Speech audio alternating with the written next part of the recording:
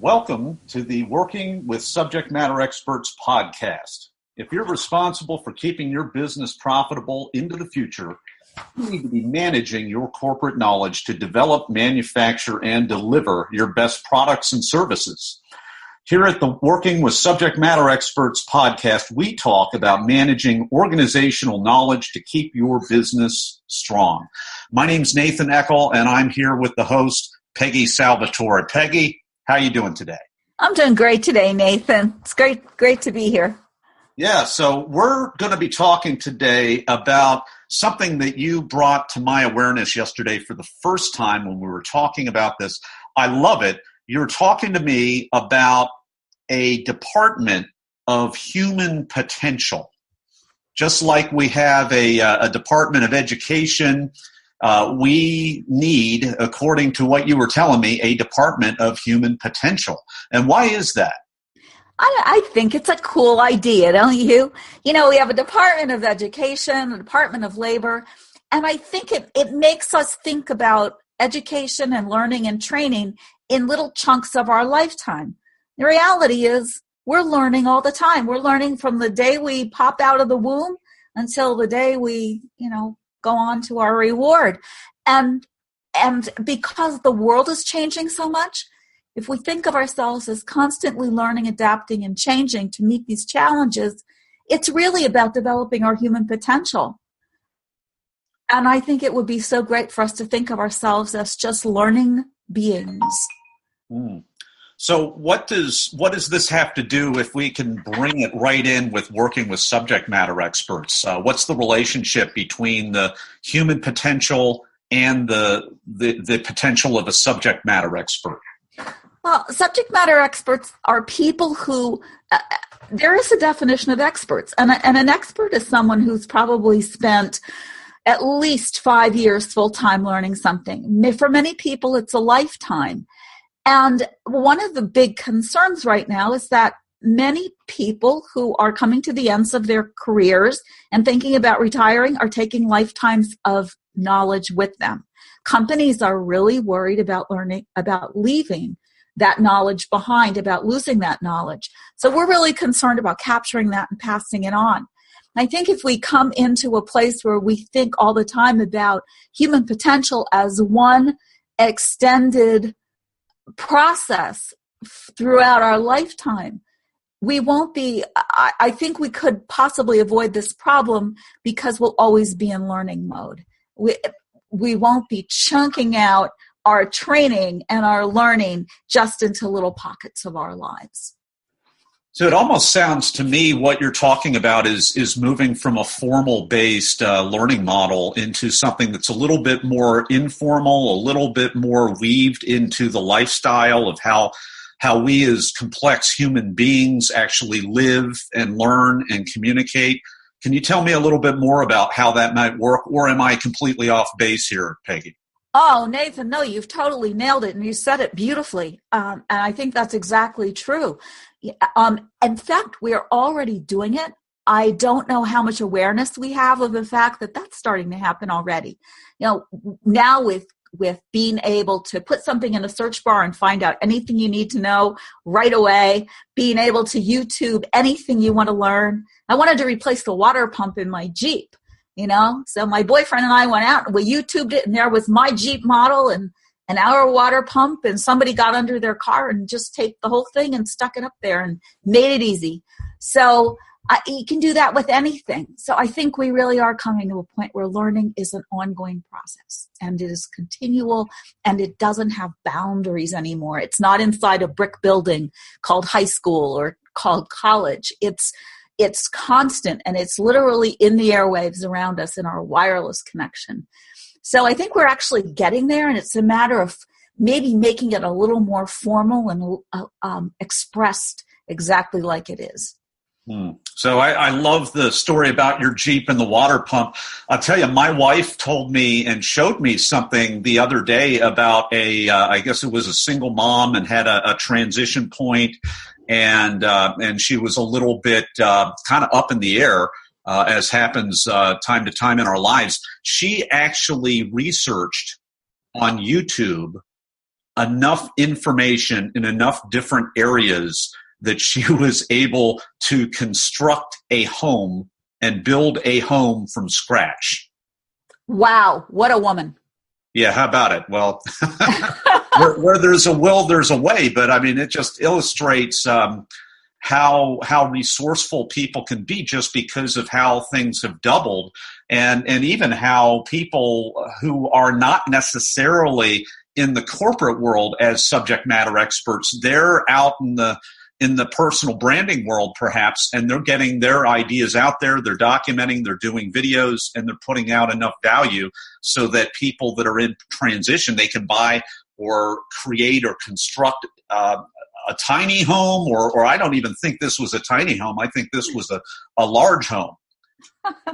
So she built a little castle for herself off YouTube, right? Yeah, possibly. But I think that this really comes to the point, as we were talking about what we were going to do with this podcast, for example, we talked about how it's more casual, it's a conversation, and isn't this going to be something a little bit different than the fact that the corporate world is really used to something highly structured and formal? But the reality is that there are so many trainers out there doing exactly what you just said. There are people out there in the personal development and business development world doing highly unusual approaches to training, and people are lapping it up. They have millions of people following them and loads of business, and that's really where we're doing a lot of our learning. It's a matter of this idea of human potential being a lifelong process. That's a perfect example of the fact that training and education is already changing, and it's a matter of recognizing that and saying, how do we adapt our whole concept of education and training, realizing it's a lifelong process. Yeah, absolutely. So, I mean, that's a really good point that you touch on, Peggy, just because we know that the sky's the limit. We know that a lot of people are doing some very innovative approaches outside the box, outside of the constrictions or restrictions or regulations of the corporate world or an industry. Can you talk a little bit more about who this podcast is really for? Is this for trainers? Is this for designers? Is this for subject matter expert? Who is this for? We've had good conversations around that. My ideal customer, I think, for the working with SMEs methodology are businesses and corporations, small, medium, and large, because everyone's dealing with that, with the need to capture their internal expertise and to pass that on to their next generation of workers. So that's an immediate audience, but it also is very important for trainers and instructional designers and people involved in talent development to plug into this concept that our education, our learning, our expertise needs to be on a continuum. And how are we going to make that happen? So yeah, I think it's corporate clients, but within the corporations, decision makers are very important. Training departments are very important in order to really make this work happen.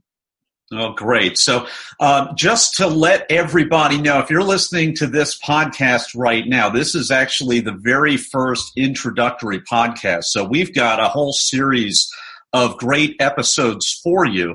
And I could rattle off the whole list, but actually it's more likely that you can see it in your iTunes feed or your podcast feed or whatever.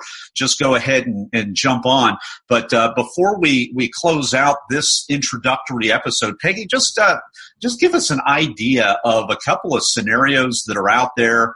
Why are we talking about this right now? Why are we doing something beyond the 2 books that you've already written on the subject? Why is it so important to have something in audio form and podcast form to be coming out regularly?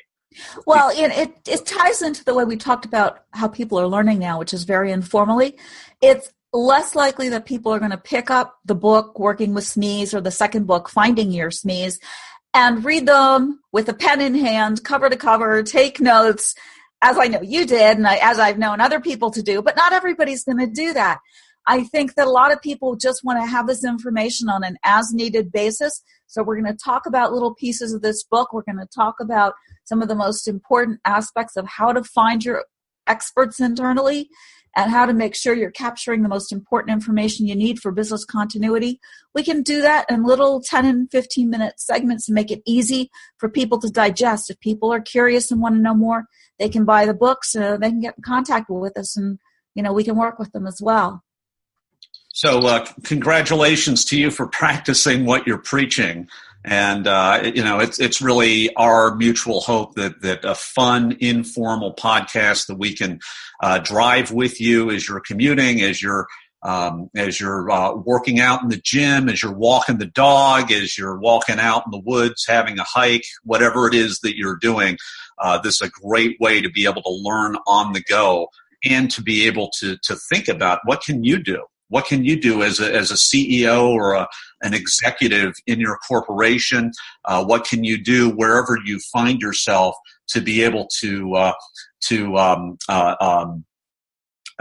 not dumb down the information at all, but to chop it up, to be a little bit non-traditional, to be very flexible, to be able to meet people where they are and doing what they're doing. We just invite you to join us and listen to the next one. So any final words back to you, Peggy? Nathan, I just want to thank you for your interest and coming on board to co-host this podcast with me. With your background and subject matter expertise on your own, your original book inspired mine, and you've also written a book on this for the Association for Talent Development, ATD, about 6 years ago. So you were actually ahead of the curve on this.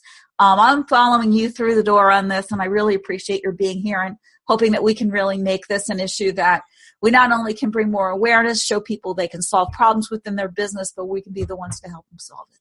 Peggy, thanks so much. That's so generous of you. And I like to think of you've resuscitated something that that was over in the corner for me. So it's been really fascinating. Those of you listening, if you haven't gotten Peggy's books, you need to get it, particularly the last one. It's going to be a lifesaver for you, and it's going to save you an awful lot of money if you go in there and dig into it and apply what she talks about. So until next time, this has been the Working with Subject Matter Experts podcast. We'll see you on the next one.